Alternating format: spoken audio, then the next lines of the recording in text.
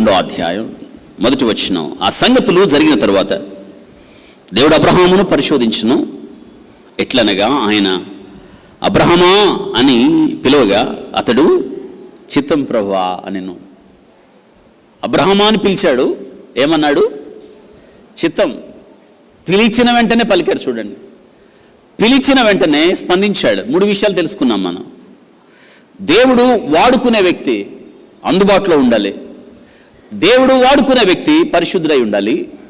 దేవుడు వాడుకునే వ్యక్తి వినయం కలిగి ఉండాలి. ఈ 3 మీకుంటే దేవుడు మిమ్మల్ని వాడుకుంటాడు. దేవుడు పిలిచినప్పుడు ఒక వ్యక్తి వెంటనే స్పందించాడు అంటే అర్థం ఏంటంటే ఆ వ్యక్తి దేవుడితో సన్నిహిత సంబంధం కలిగి ఉన్నాడు. ప్రభువు అదే కదా అన్నాడు, నా యందు నిలిచి ఉండండి. ఎవరు నా యందు నిలిచి ఉంటారో, ఎవని యందు నా మాటలు నిలిచి ఉంటాయి, వాడు బహుగా ఫలించు. రహస్యం ఇది. దేవుడు మాట్లాడుతున్న మాటలు చూడండి. మీరు ఫలించాలని దేవుడు ఇష్టపడుతున్నాడు. మీరు బహుగా ఫలించాలి, పరలోకపు తండ్రి మహింపరచబడతాడు అని వాక్యం చెప్తుంది.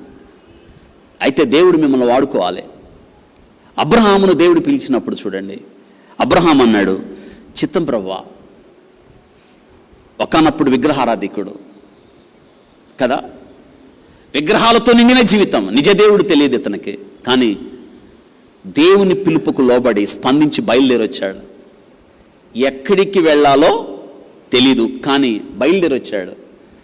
నిరీక్షణకు ఆధారము లేనప్పుడు అతడు నిరీక్షణ కలిగి నమ్మాలి. దేవుడు పిలిచాడు. చూడండి, అబ్రహామును పిలిచినప్పుడు అతడు అంటున్నాడు, చిత్తం ప్రభువా. అందుబాటులో ఉన్నాడు. దేవుడు పిలిస్తే పలికాడు, స్పందించాడు. దేవుడు ఒక మాట చెప్పాడు. అప్పుడు ఆయన, ఆ మాట గమనించారా? అప్పుడు ఆయన ఎప్పుడు చెప్పండి, ఎప్పుడు? స్పందించినప్పుడు.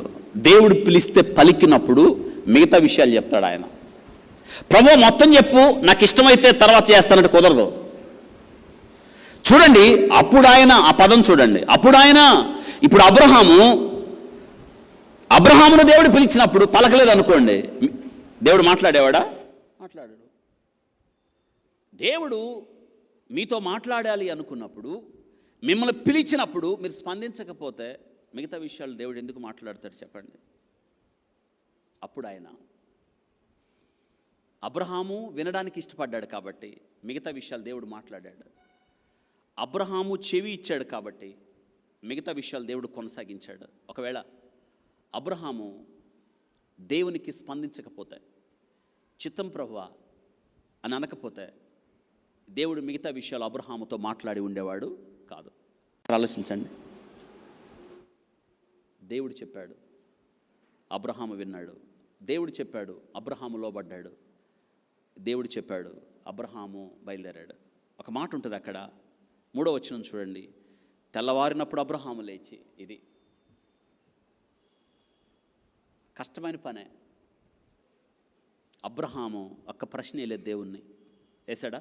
ప్రభువా, సంతానం లేదు అనుకున్నప్పుడు నీవు నన్ను బయటకు తీసుకొచ్చి ఇంట్లో నుంచి ఆకాశ నక్షత్రాలు లెక్క పెట్టమన్నావు, గుర్తులేదా?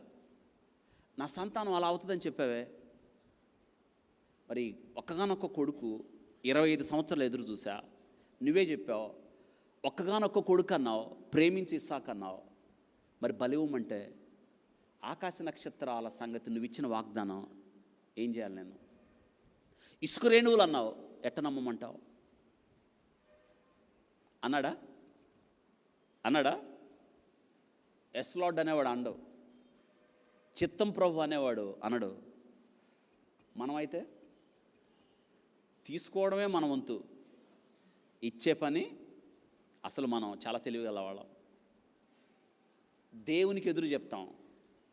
మనం అబ్రహాము స్థానంలో ఉంటే మనం ఎంత తెలివిగలవాళ్ళం అంటే శుభ్రంగా చెప్పేవాళ్ళం. ఏంటంటే, నాదేముంది ప్రభువా, ఇంకొక మాట ఎందుకు? ఆమె ఎటు తిరిగి, ఎవరామా?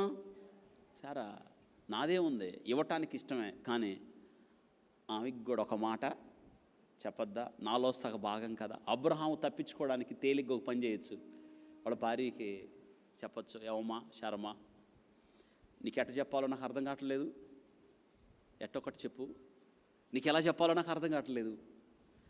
దేవుడు మన పిల్లోడిని ఏమేమంటున్నాడు? నీకు పని లేదు, ఆయనకు కూడా పని లేదు, నువ్వు బలిచ్చుకో, నా కొడుకును మాత్రం వద్దు, ఇవ్వను, నా కొడుకుని ఇవ్వను అని అనే అవకాశం అబ్రహాం ఇవ్వలేదు. మీకు ఒక విషయం తెలుసా?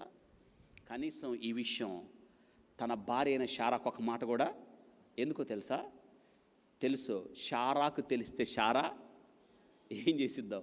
అడ్డుపడిద్ది. అంటే అర్థం ఏంటంటే, దేవునికి మనకి మధ్య ఒక నిర్ణయం తీసుకునే విషయంలో, ఒక అడుగు ముందుకేసే విషయంలో ఎవరి ప్రమేయం ఉండడానికి వీలు. అందుకే మనం ఎప్పుడు తెలుసుకుంటాం, 22లో శారా గురించి లేదు, 21లో శారా, 23లో శారా, కానీ 22లో ఎవరు లేదు? దేవునికి అబ్రహాముకు మధ్య జరిగే ఒడంబడికలో శారా ప్రస్తావన లేదు.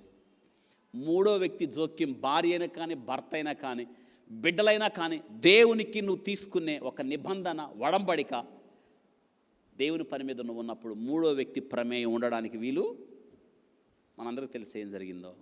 చిత్తం ప్రభువా, సమూయేలును దేవుడు పిలిచినప్పుడు, చిన్నోడు, సమూయేలుకి తెలీదు దేవుడు మాట్లాడతాడు అని, ఇంకా తెలియదు అతనికి. దేవుడు పిలిచినప్పుడు పరిగెత్తి పెద్ద ఆయన దగ్గరికి వెళ్ళాడు, ఏలీ దగ్గరికి. నువ్వు నన్ను పిలిచావా? పిలవలేదు, వెళ్ళి పడుకో. రెండోసారి మళ్ళీ వెంటనే దేవుడు పిలిచాడు, నువ్వు నన్ను పిలిచావా? పిలవలేదు, వెళ్ళి పడుకో. మళ్ళీ మూడోసారి దేవుడు పిలిచినప్పుడు ఏలీ దగ్గరికి వచ్చి, నువ్వు నన్ను పిలిచావా? వెళ్ళి పనుకో అని అన్నాడు. ఆయనకు అర్థమైంది దేవుడు పిలుస్తున్నాడని. ఈసారి నువ్వు ఆ స్వరం వింటే, చిత్తము నీ దాసుడు అని చెప్పు. ఆ పెద్ద ఆయన ఏలీ చక్కగా దారి చూపించాడు. మళ్ళీ పడుకున్నాడు, దేవుడు పిలిచాడు. ఈసారి చిన్నోడు మాట్లాడుతున్నాడు, చిత్తము నీ దాసుడు. అందుకే దేవుడు మాట్లాడాడు. అందుబాటులో ఉండాలి దేవునికి. మనం ఉంటారా మీరు అందుబాటులో? దేవుడు పిలిచినప్పుడు పలకాలి, స్పందించాలి, లోబడాలి. అప్పుడు దేవుడు మిగతా విషయాలు మీతో మాట్లాడతాడు. ఎవరు వెళ్తారు నా నిమిత్తం? నేను ఎవరిని పంపెదను అని అన్నప్పుడు యెషయా అందుబాటులోకి వచ్చాడు. నేనున్నాను, నన్ను పంపు ప్రభువా, నన్ను వాడుకో. ఇదిన మనందరం కూడా, దేవుడు నన్ను వాడుకుంటే బాగుండు కదా, దేవుడు నాకు ఒక పనిస్తే బాగుండు కదా, దేవుని పరిచర్య కొరకు నేను మరింతగా వాడబడితే మంచిది కదా అంటావు. మరి దేవుడు పిలిచినప్పుడు పలికే అంత దగ్గరగా మీరున్నారా? సన్నిహిత సంబంధాన్ని కలిగి ఉన్నారా? ఆయనకి లోబడుతున్నారా? అందుబాటులో ఉన్నారా? ఆ పరిశుద్ధత కలిగి ఉన్నారా? ఆ వినయము, ఆ విధేయత, లోబడే తత్వాన్ని కలిగి ఉన్నారా? ప్రశ్నించని స్థితి, లోబడే స్థితి కలిగి ఉన్నారా? దేవుడు కోరుకునేది ఇదే కదా. ఇలాంటి వ్యక్తులను దేవుడు వాడుకోవడానికి ఇష్టపడుతున్నాడు. మరి అటువంటి వ్యక్తిగా మీరుంటే దేవుడు ఖచ్చితంగా మిమ్మల్ని వాడుకుంటాడు. ఇప్పటిదాకా మీరు ఎవరి కొరకు వాడబడ్డారో, మన కొరకు మనం, మన కుటుంబాల కొరకు, ఇంకెవరి కొరకో వాడబడ్డాం కదా.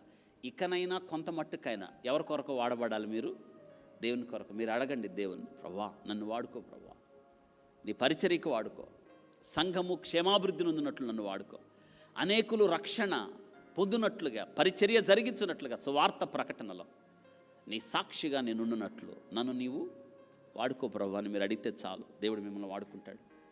దేవుని కొరకు వాడబడే వ్యక్తులు, దేవుని కొరకు వాడబడే వ్యక్తులు కావాలి. ఆ వ్యక్తులుగా మీరు ఉండాలని దేవుడు కోరుతున్నాడు.